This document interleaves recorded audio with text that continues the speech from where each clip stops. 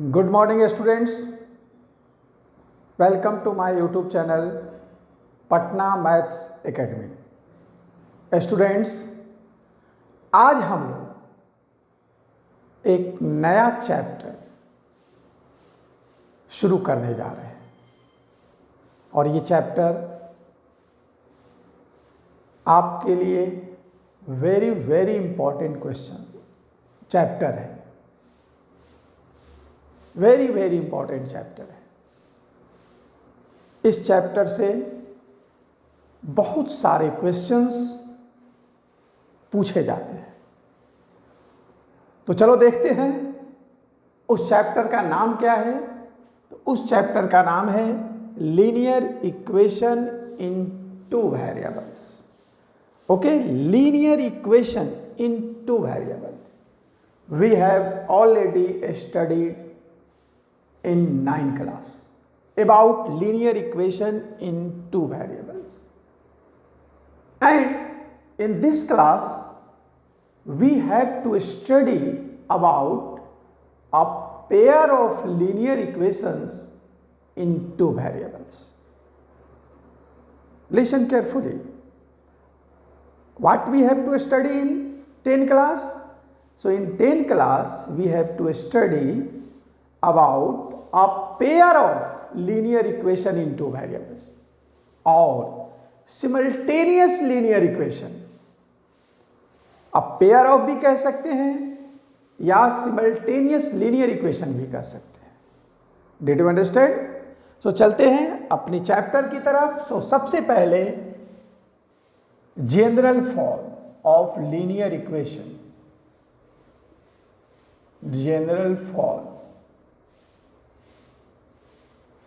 So general form is ax plus by plus c equal to 0,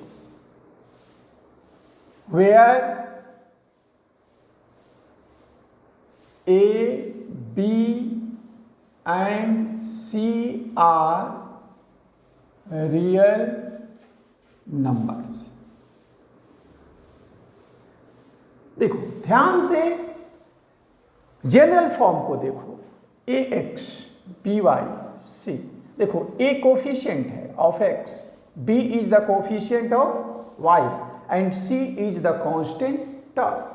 so A B and C are real numbers. ये सभी क्या होनी चाहिए? Real numbers होनी चाहिए। ओके, अब इसके बाद एक और कंडीशन है, वो क्या है कि A and B are not 0। यह भी कंडीशन है कि A और B 0 नहीं होना चाहिए। इस बात को ध्यान से देखो, A और B क्या नहीं होना चाहिए? A और B 0 नहीं होना चाहिए। तो ये हो गया हमारा general form of linear equation in two variables. अब चूंकि ये इंट्रोडक्शन का चैप्टर है, सॉरी ये इंट्रोडक्शन का वीडियो है, इसीलिए यहां पर सबसे पहले हम लोग इंट्रोडक्शन के बारे में ही डिस्कस करेंगे। अब now the graph of linear equation in two variables is always a straight line। linear equation in two variable का ग्राफ हमेशा एक स्ट्रेट लाइन होता है। इस बात को ऑलरेडी हम लोग 9th क्लास में पढ़ चुके हैं। अंडरस्टूड है? तो अब हम लोग बातें करते हैं कि हमें 10 में क्या पढ़ना है। तो 10 में हमें पढ़ना है अ पेयर ऑफ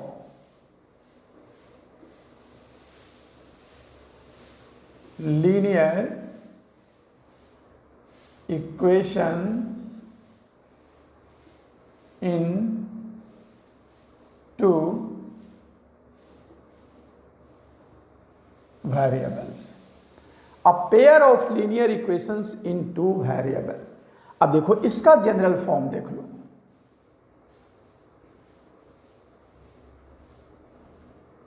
इसका जनरल फॉर्म क्या होता है?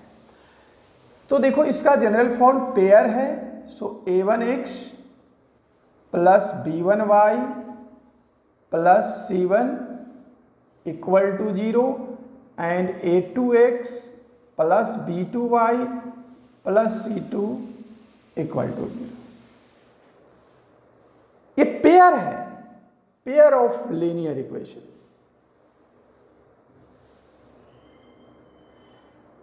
अब यहां पर भी कंडीशंस होगा, वेयर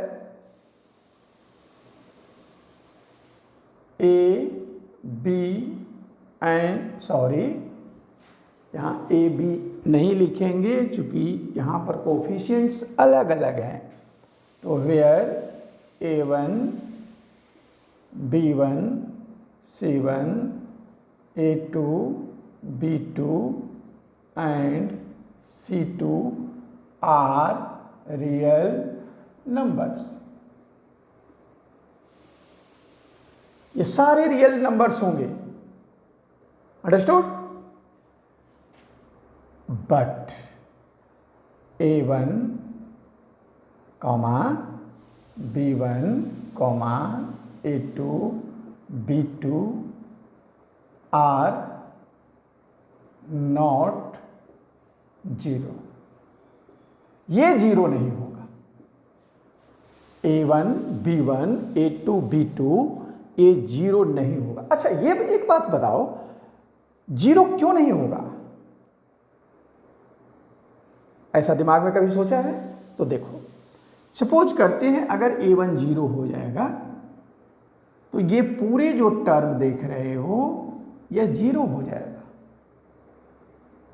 तो ये जो इक्वेशन बनेगा a linear equation in one variable का हो जाएगा, टू वेरिएबल में एग्जिस्ट ही नहीं करेगा. अंडरस्टूड? तो that's why a1 b1 a2 b2 are not 0. Did you understand? इसीलिए ये 0 नहीं होता है. अब जैसा कि ग्राफ के बारे में हम लोग जानते हैं और सॉल्यूशन, तो linear equation in two variable का सॉल्यूशन इनफाइनाइट होता है. क्या होता है? इनफाइनाइट होता है. हमने 9th क्लास में स्टडी की है. लेकिन यहां पर क्या होता है? ये पेयर ऑफ लीनियर इक्वेशन है. यहां सॉल्यूशन जो है वो डिफरेंट तरह का होता है. May be unique, may be infinite और may be no 0, may be no solution, may be no solution. यहां यह भी हो सकता है कि कोई सॉल्यूशन ना हो, क्योंकि ये पेयर ऑफ लीनियर इक्वेशन है. तो अब हम लोग सॉल्यूशन क्या होता है? तो सॉल्यूशन ये होता है कि एक्स और वाई का वैसा वैल्यू जो दोनों इक्वेशन को सेटिस्फाई करे. इसी तरह से यहां जब ग्राफ खींचेंगे दोनों का, तो ग्राफ भी हमें 3 टाइप्स के मिलेंगे.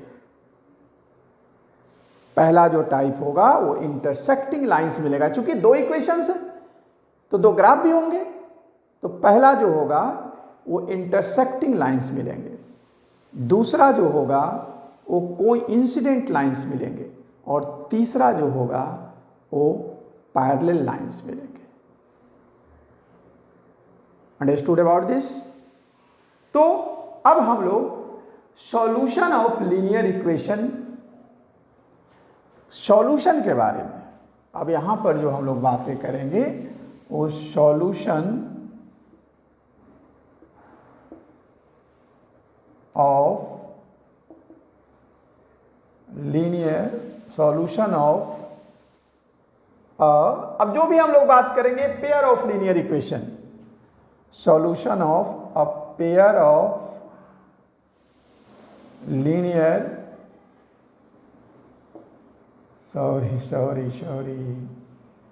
pair of linear equations in two variables. अब जो भी हम लोग बात करेंगे पेयर की ही बात करेंगे, तो सॉल्यूशन कैसे निकाला जाए। So there are 3 methods to find the solution of linear equation, a pair of linear equation in 2 variable. Okay, so first method is graphical method. Graphical method. Second method, elimination method.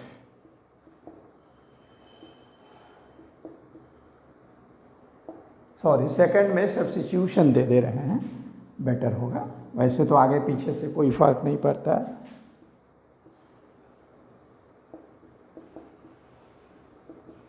Substitution method और third जो है वो elimination method.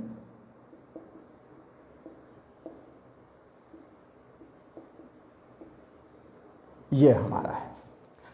अब एक method और था हमारा जो काफ़ी इम्पोर्टेंट था, थोड़ा सा ट्रिकी भी था।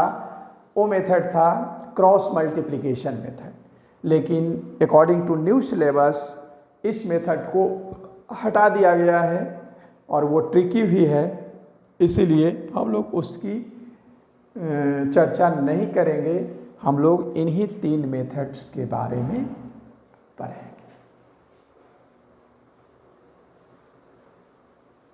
Did you understand? अब इन मेथड को पढ़ने से पहले एक चीज और हम लोग सॉल्यूशन के बारे में ही, वो है conditions. Conditions for different types of solution. Means बिना ग्राफ खींचे, बिना सॉल्व किए हम लोग कैसे बता सकते हैं कि इसका सॉल्यूशन यूनिक होगा या नो सॉल्यूशन होगा या मेनी सॉल्यूशंस होंगे। Means this is algebraic. Algebra के थ्रू हम लोग ये बता सकते हैं। तो उसके बारे में थोड़ी सी हम लोग अध्ययन कर लेंगे, पढ़ लेंगे, उसके बाद फिर हम लोग ग्राफ की तरफ जाएंगे। ओके, सो इतना मैंने लिख दिया। अगर स्क्रीनशॉट लेना है तो ले सकते हो, नो प्रॉब्लम। अब इसके बाद हम लोग आते हैं नेक्स्ट पार्ट में।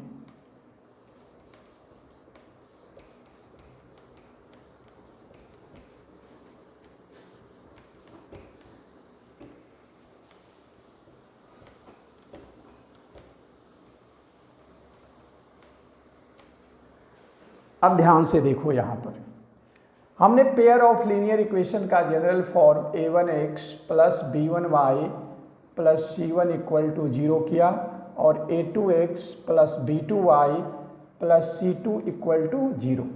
ओके, यही जनरल फॉर्म है। अब देखो कंडीशन क्या है। पहला जो कंडीशन है, देखो a1 by a2 does not equal to b1 by b2।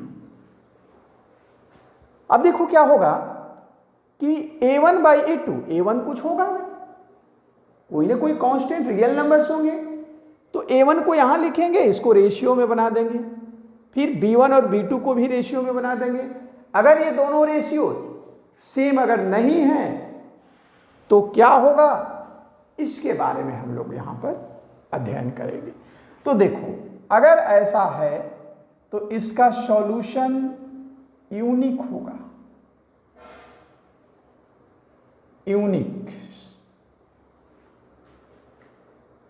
Unique solution में लिख देते हैं,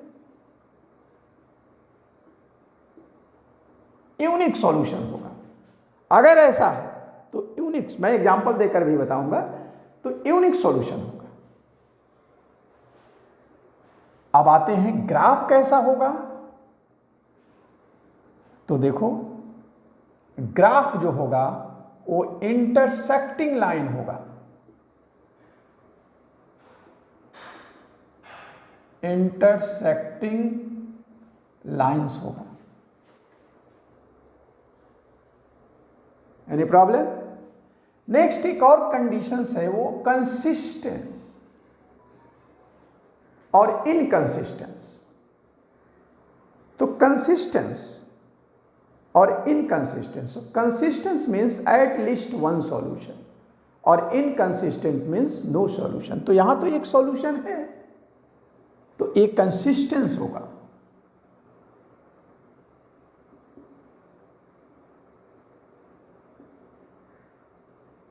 ये क्या होगा? कंसिस्टेंस होगा।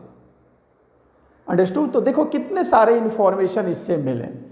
If a1 by a2 does not equal to b1 by b2, then graph is solution is unique, graph is intersecting lines and consistence. Any problem?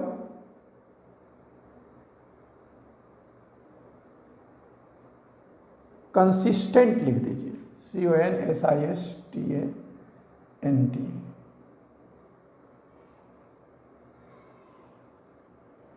Consistent, ठीक है। अब देखो a1 by a2 equal to b1 by b2 equal to c1 by c2। अब क्या होगा? यहां पर many solutions होंगे, मेनी सॉल्यूशंस होंगे। और ग्राफ कैसा होगा? कोइंसिडेंट होंगे, यानी एक लाइन दूसरे लाइन पर आ जाएगा, इस तरह से ग्राफ होगा। देखो ऐसे, इसी पर वैसे मैं डिस्कस करूंगा। कोइंसिडेंट होंगे और यह भी कंसिस्टेंट होगा।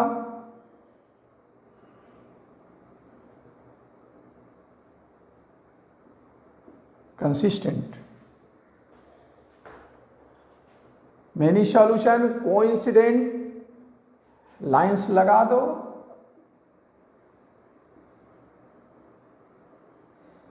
और ये एरो दे दो। अब देखो a1 by a2 equal to b1 by b2 does not equal to c1 by c2। देखो ध्यान से, यहां नो सॉल्यूशंस होंगे। ये जो होगा पैरेलल लाइंस होंगे और यहां पर इनकंसिस्टेंट होगा।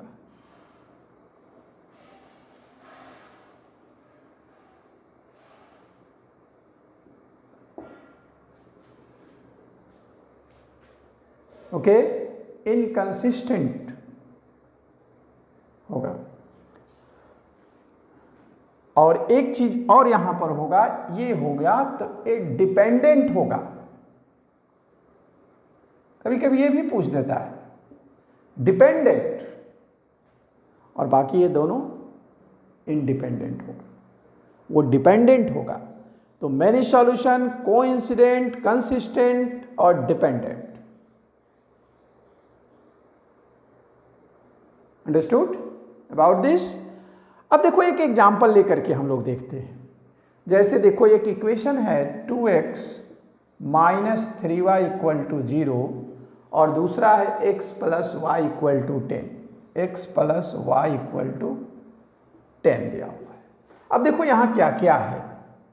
a1 इक्वल टू यहाँ 2 है, b1 इक्वल टू -3 है और c1 जो है, सबसे तो पहले इसको अगर हम लोग स्टैंडर्ड फॉर्म में लिखते हैं तो x plus Y minus 10 equal to 0, और यहाँ तो चूंकि 0 है तो 0 है तो 0 ही रहेगा। तो यहाँ पर c1 जो है वो 0 है, a2 कितना है 1 है, b2 कितना है 1 है और c2 कितना है -10। तो यहाँ ध्यान से देखो a1/a2 पहले निकाल लो जैसा कि मैंने बताया था, तो ये हो गया 2/1। अब देखो b1/b2 इक्वल टू -3/1 और c1/c2, c1 हमारा 0/-10। अब यहाँ पर ध्यान से देखो क्या a1/a2 b1/b2 के इक्वल है? तो नहीं है। देखो फर्स्ट कंडीशन, आगे नहीं देखेंगे। अगर first and second a1/a2 does not equal to b1/b2 है तो no need to see what happen to c1/c2। Understood? तो यहाँ पर हम लिख सकते हैं कि a1/a2 does not equal to b1/b2, so therefore कैसा सॉल्यूशन होगा? Unique solution. यूनिक सॉल्यूशन होगा, और यूनिक होगा तो इंटरसेक्टिंग ग्राफ कैसा होगा? इंटरसेक्टिंग लाइंस होगा और यहां पर कंसिस्टेंट होगा। तो इस तरह से हम लोग a1 b1 a1/a2 b1/b2 c1/c2 निकालेंगे और निकाल करके देखेंगे कि तीनों में से कौन सा है, और उसी के अनुसार हम लोग क्या करेंगे? कंडीशंस को फिल कर देंगे और फिल करके सॉल्यूशन निकाल देंगे। ठीक है?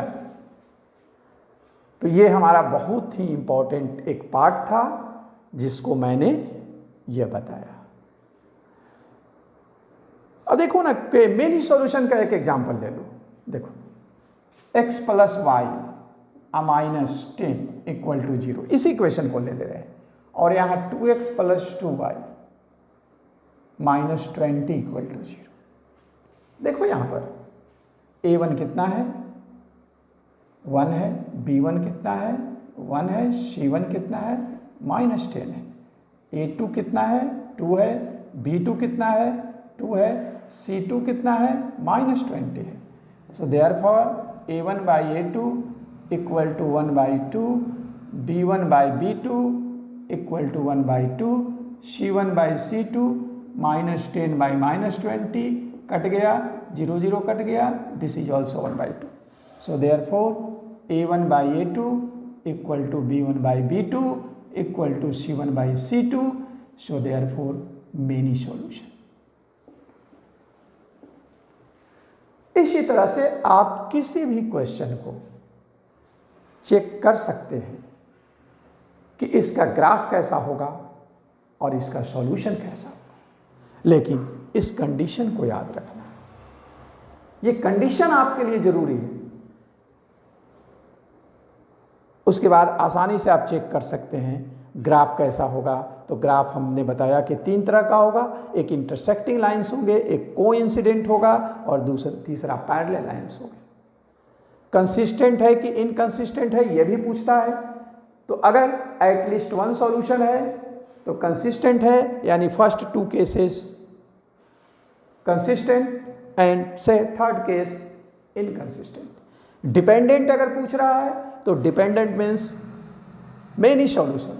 अगर मेनी सॉल्यूशन है तो इसका मतलब है ये डिपेंडेंट है।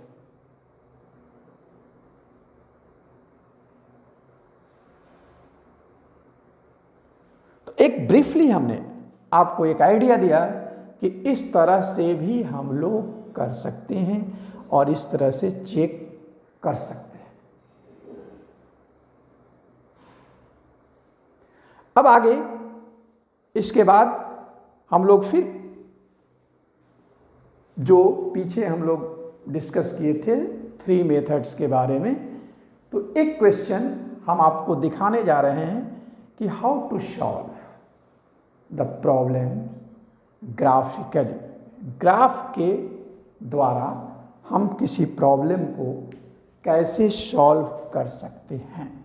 जैसे इसी प्रॉब्लम को हम लोग सॉल्व करने की कोशिश करेंगे, इसी इक्वेशन को। तो कैसे करते हैं इसके बारे में हम लोग डिस्कस करेंगे। तो इसके लिए हमें ये मिटा देना पड़ेगा। तो अगर आप चाहते हैं तो स्क्रीनशॉट ले लीजिए। ओके।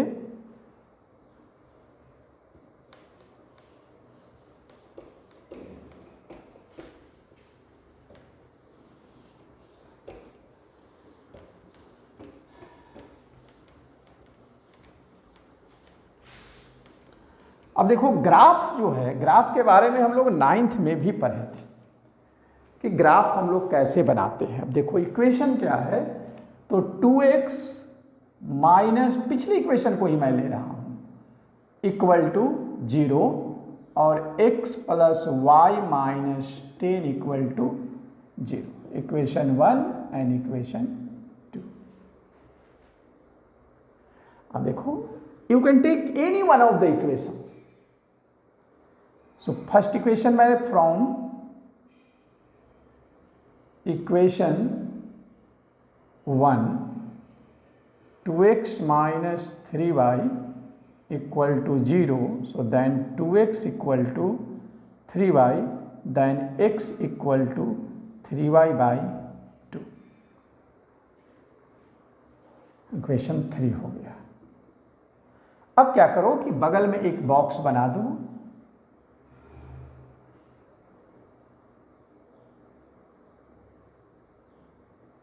सॉरी ये तो सॉल्व करने का हो गया ना, अभी तो हम लोग ग्राफिकली करने जा रहे थे, तो हम लोग एक एक इक्वेशन को लेकर के बनाएंगे। तो 2x x इक्वल टू इतना बाई इतना, ठीक है। तो यहाँ पर आ जाते हैं और देखो ग्राफ के लिए जैसे कि पहले से भी हम लोग जानते हैं कि हमें दो सॉल्यूशंस की ही आवश्यकता होती है, यानी दो पॉइंट को। अब देखो यहाँ x equal to 3y by 2 ये आ गया। अब देखो अगर यहाँ पर y इक्वल टू 0 लेते हैं तो देखो x का वैल्यू पुटिंग यहाँ लिख देंगे, पुटिंग y इक्वल टू 0, तो y इक्वल टू 0 ये मत लिखते हैं, यहीं पर लिखते हैं। तो x equal to 3 into 0 by 2 equal to 0 by 2 equal to 0, यानी x 0 है तो y भी हमारा क्या होगा, 0 होगा। अब क्या करते हैं कि y इक्वल टू, अब हम 2 ले लेते हैं, तो y जब 2 लेंगे तो देखो x क्या होगा, तो 3 into 2 by 2, 2 cancel equal to 3। अब y अगर 2 ले रहे हैं तो x हमारा क्या हो रहा है, 3 हो रहा है। तो now this is the table of first equation. अब इसी तरह से सेकंड इक्वेशन का जब टेबल बनाते हैं तो देखो x plus Y minus 10 equal to 0, so then implies x plus Y equal to 10, so x equal to 10 minus Y, ये इक्वेशन 4 कर देते हैं। अब पुटिंग y इक्वल टू 5 ले लेते हैं तो x कितना होगा, 10 माइनस 5 इक्वल टू 5। y अगर 5 लेते हैं, एक और टेबल यहां पर हम बना रहे हैं,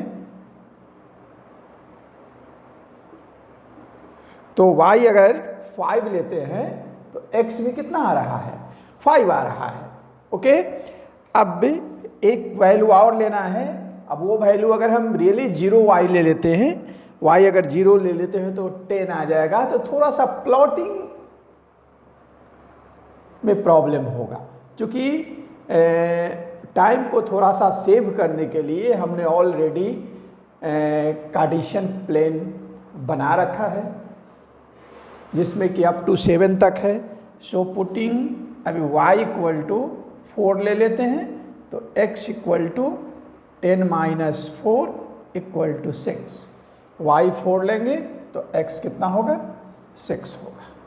और मे भी हो सकता है कि यही सॉल्यूशन हो, ऐसा भी हो सकता है। ओके, ऐसा भी हो सकता है और बिल्कुल होगा, हमें लग रहा है। अब हम लोग प्लॉटिंग की तरफ चलते हैं। तो प्लॉटिंग में थोड़ा सा हम इस तरफ आ जाते हैं। तो देखो ये जो इक्वेशन यहाँ लिखना पड़ेगा, x plus Y minus 10 equal to 0। चूँकि नहीं लिखिएगा तो आइडेंटिफिकेशन करना थोड़ी सी मुश्किल हो जाएगी। अब देखो पहला ग्राफ जो है x equal to 0 and y equal to 0। तो ये हमारा पॉइंट यहीं पर होगा, बिल्कुल ओरिजिन होगा, ओरिजिन होगा। यहाँ पर हम 0 0 लिख देंगे, okay, because the coordinates of origin is 0 0।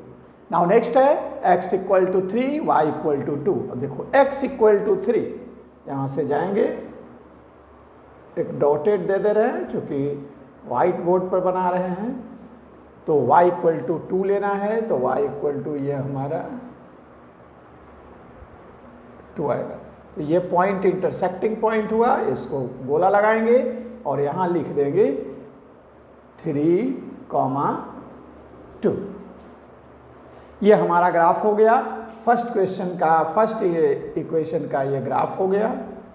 अब इसको ज्वाइन कर देंगे। देखो थोड़ा सा तिरछा हो रहा है, तो ये सब तो होगा ही क्योंकि ये हैंड वर्क है ना।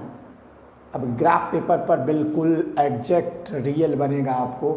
ये हमारा ग्राफ है 2x minus 3y equal to 0, side में लिख देंगे, ओके। सो अब यहाँ पर now the next x equal to 5 and y equal to 5, you can see here x equal to 5। अब थोड़ा सा हम लोगों को यहाँ पर एडजस्ट करना पड़ेगा, और y equal to 5 also. So now this is the intersecting point. So this is x equal to 5, y equal to 5. Next point is x equal to 6, y equal to 4. X equal to 6. So 6 is just parallel. We try to draw parallel. हो सकता है exact ना हो, is it possible, लेकिन कोशिश तो करेंगे ही। तो ये हमारा पॉइंट हो गया, ओके। तो हमारा ये 2 पॉइंट मिल गया, और दोनों पॉइंट को अगर रियली हम ज्वाइन करते हैं, देखो ये दोनों पॉइंट ज्वाइन किए, इसको आगे की ओर प्रोड्यूस कराएंगे, जाएगा कहीं भी जाए, उससे क्या मतलब है, ओके। सो ये जो हमारा हुआ x plus Y minus 10 equal to 0 का ग्राफ। अब तुम देख सकते हो कि दोनों ग्राफ, एक ग्राफ ये हुआ और दूसरा ये हुआ, इस पॉइंट पर इंटरसेक्ट कर रहा है। What is the meaning of this? इसका मतलब ये हुआ कि यूनिक सॉल्यूशन, इंटरसेक्टिंग लाइंस, याद करो हमने जो लिखा था, intersecting lines unique solution a1 by a2 does not equal to b1 by b2, और इसी क्वेश्चन का हम निकाले थे, तो वहां पर भी यूनिक आया था, ग्राफ में भी हमारा यूनिक आया। तो अगर यूनिक आता है तो वी कैन फाइंड इट। अगर कोई इंसिडेंट आता है, पैरेलल आता है, तो वी कांट फाइंड इट। हम लोग नहीं निकाल सकते हैं, सॉल्यूशन है ही नहीं, तो निकालेंगे कहाँ से ग्राफिकल? केवल बता सकते हैं कि नहीं है। मेनी सॉल्यूशंस है, तो कितने सॉल्यूशंस को हम लोग निकालेंगे? इसीलिए जब भी जो सॉल्यूशन निकालने की बात आती है, तो वहां पर यूनिक सॉल्यूशन होना चाहिए, यानी a1 by a2 does not equal to b1 by b2, तभी हम एक यूनिक सॉल्यूशन निकाल सकते हैं। अब यहां पर ग्राफ में भी आप लिख सकते हैं, the graphs of the given equations intersect at point, suppose this point is P, at point P, the coordinates of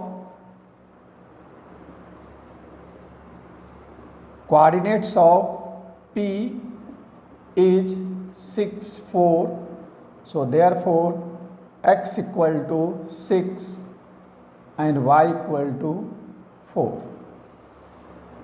is the solution of the given equations. So did you understand? तो ये हमारा रहा graphical solution. ये video थोड़ा लंबा हो गया है, इसलिए इसमें ज़्यादा हम टाइम और नहीं लेंगे अब। लेकिन एक बात मैं कहना चाहता हूँ कि ग्राफ हमेशा कोशिश करें कि वो ग्राफ पेपर पर ही बनाए,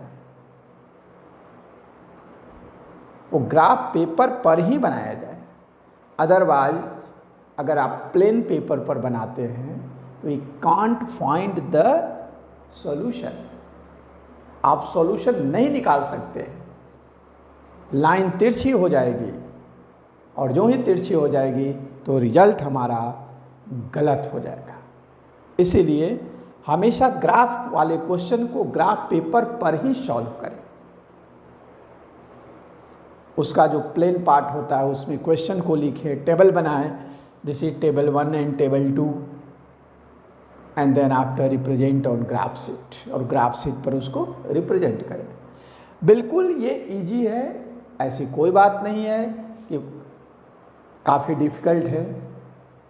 सॉल्यूशन तो हमको एक ही केस में निकालना है, वो है यूनिक सॉल्यूशन। बाकी अगर ग्राफ पैरेलल आ जाता है तो केवल लिख देना है, कोइंसिडेंट है तो लिख देना है, बाकी में तो आपको फाइंड आउट करना ही नहीं है। फाइंड आउट करना है तो केवल और केवल फॉर यूनिक सॉल्यूशन। सो इसी के साथ आज का वीडियो मैं समाप्त करता हूँ। Thank you very much.